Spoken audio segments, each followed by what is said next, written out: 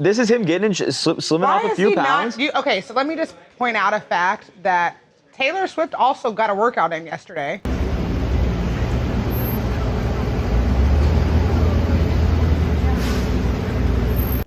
It seems Travis Kelce has been spotted pounding the pavement through NYC on Tuesday, and while it looked like he was squeezing in a pre-wedding workout, fans can't help but wonder, was the groom-to-be actually on a last-minute wedding mission?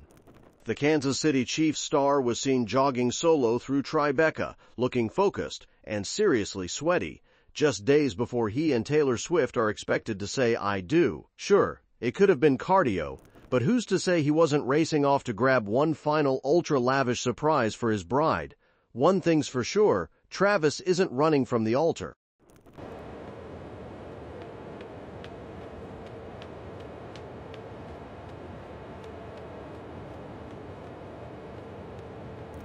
The sighting comes as final touches are being put on what's shaping up to be one of the most talked about celebrity weddings in years.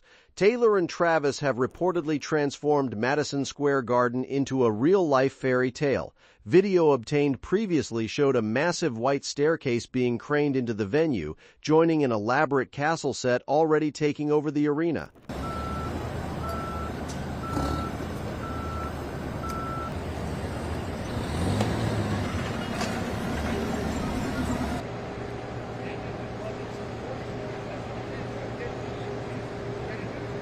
Security is just as over-the-top as the decor.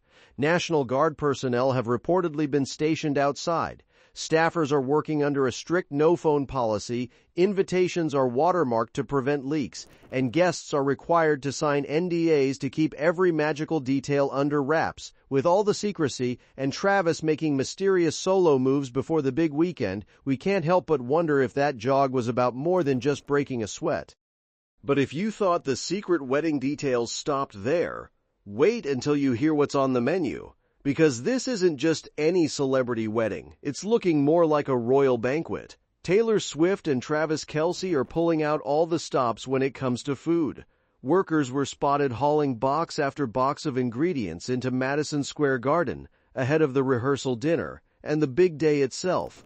We're talking lobster meat, blackened chicken, chicken breasts, chicken legs, mountains of fresh produce, eggs, heavy cream, whole milk, plus stacks of French fries and thick-cut onion rings. Safe to say, nobody's leaving this wedding hungry.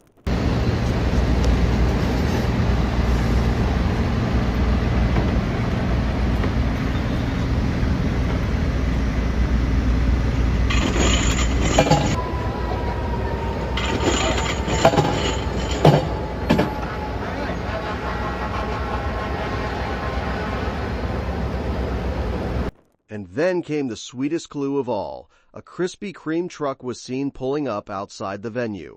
Now, it's still unclear if those donuts were actually headed to the wedding since there's a Krispy Kreme inside Penn Station below MSG. But imagine ending the night with fresh donuts. Honestly, we wouldn't complain.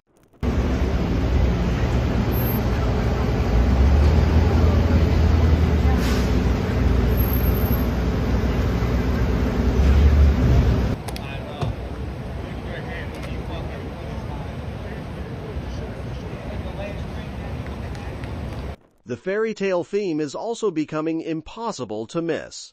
Boxes labeled garden party and artificial trees have been spotted going inside the arena, adding even more fuel to reports that the venue is being transformed into a massive enchanted castle. Kind of a full circle moment, too, considering Travis reportedly proposed to Taylor in the garden-inspired backyard of his Missouri home last year.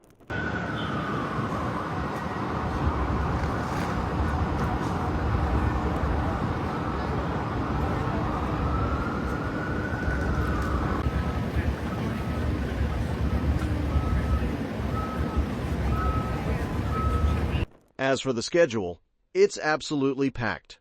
Festivities are expected to kick off with an intimate 100-person rehearsal dinner before Friday's main event welcomes around 1,000 guests. The celebration is rumored to feature performances from Stevie Nicks and Tim McGraw, making it feel less like a wedding and more like the concert event of the year. But getting a glimpse inside, nearly impossible. The couple has gone into full lockdown mode. Semi-trucks have been strategically parked outside Madison Square Garden to block views of the loading docks. Black mesh screens have been wrapped around barricades to keep curious eyes out. Every crew member reportedly has to pass strict security checks, wear designated wristbands, and hand over their phones before entering. And that's just the beginning. More than 130 NYPD officers, including detectives and rookies, are expected to be on site throughout the celebrations. That's a security operation that's reportedly costing the couple a six-figure sum. That's on top of the reported $3 million they're said to have spent renting out Madison Square Garden for 3 full days. Even City Hall has been involved, with permits reportedly filed for street closures and large outdoor tents surrounding the venue. Permit application has been submitted to the city of New York. This permit application was not submitted by Taylor Swift and Travis Kelce. It actually comes from an event planning company. They have stated that they will have anywhere from 500 to 999 guests who are gathering at Madison Square Garden. And behind the scenes, celebrity wedding planner Mark Seed has allegedly been working for months to bring the vision to life. Rock Lidditz, the production company known for building massive concert stages, including pieces of Taylor's Eras tour, is also said to be helping create the spectacular setup. And just when you thought this wedding couldn't get any more over the top, here's the biggest clue yet. Remember that giant white staircase I casually mentioned? Yeah, being craned into Madison Square Garden, and honestly, it looked like it belonged in a Disney movie. At first glance, it appears to be yet another piece of the fairy tale castle reportedly being built for Taylor's big day. Yes, you heard that right, a castle. Sources close to the wedding have been claiming that the inside of Madison Square Garden is being transformed into a real-life fairy tale, complete with a massive castle set for the July 3rd celebration. At this point, it's less of a celebrity wedding and more like America's own royal wedding. But that's not all. Crews were also spotted unloading enormous covered set pieces marked Garden Party 1, scenic, and spray-painted with the initials GP Coincidence. Swifties definitely don't think so. If anyone knows how to leave fans a trail of Easter eggs, it's Taylor. Those Garden Party labels have everyone wondering if they're a sweet nod to the couple's garden-inspired engagement, or maybe even a sneaky tease for something bigger, because if history has taught us anything, Taylor never labels something by accident.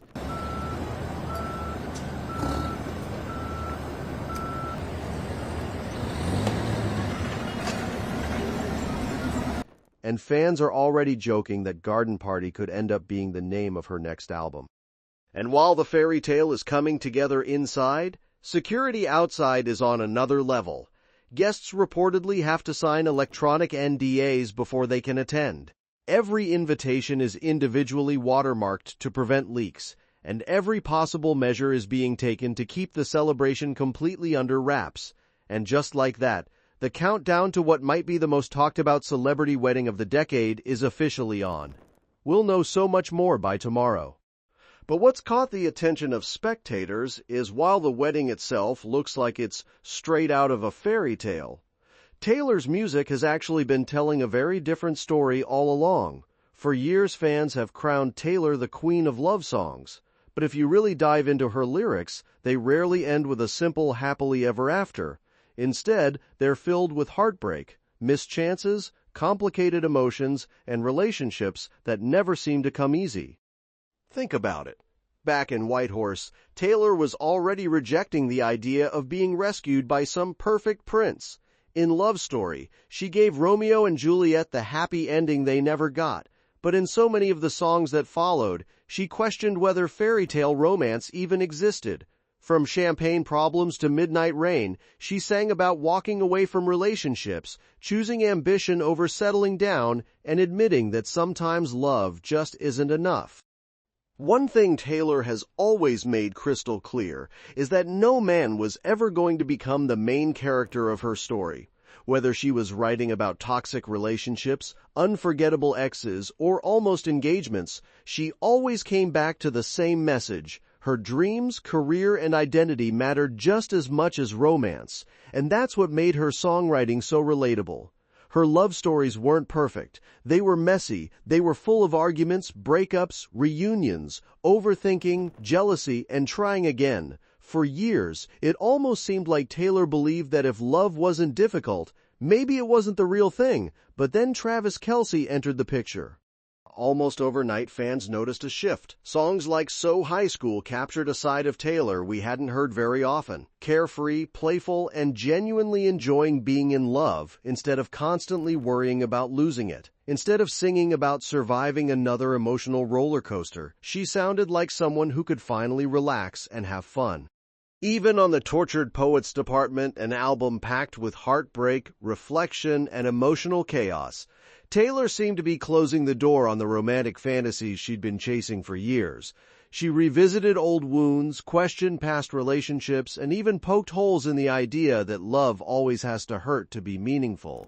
It felt less like another breakup album and more like someone finally making peace with the past. Fans have also pointed out that her more recent music hints at a new outlook on love. Rather than chasing constant drama, Taylor seems to be embracing the idea that the healthiest relationships might actually be easy, and coming from someone whose catalog is built on emotional twists and turns, that's a pretty huge change. So as Taylor gets ready to walk down the aisle with Travis, it almost feels like life is catching up to the happy ending she's spent nearly 20 years trying to write. Ironically, after building an entire career on songs about complicated romance, she may have finally found the one thing that always seemed just out of reach, a love that feels peaceful. And knowing Taylor, marriage probably won't be the final chapter everyone expects. If anything, it's likely to become the inspiration for an entirely new era, and fans are already wondering what those songs will sound like.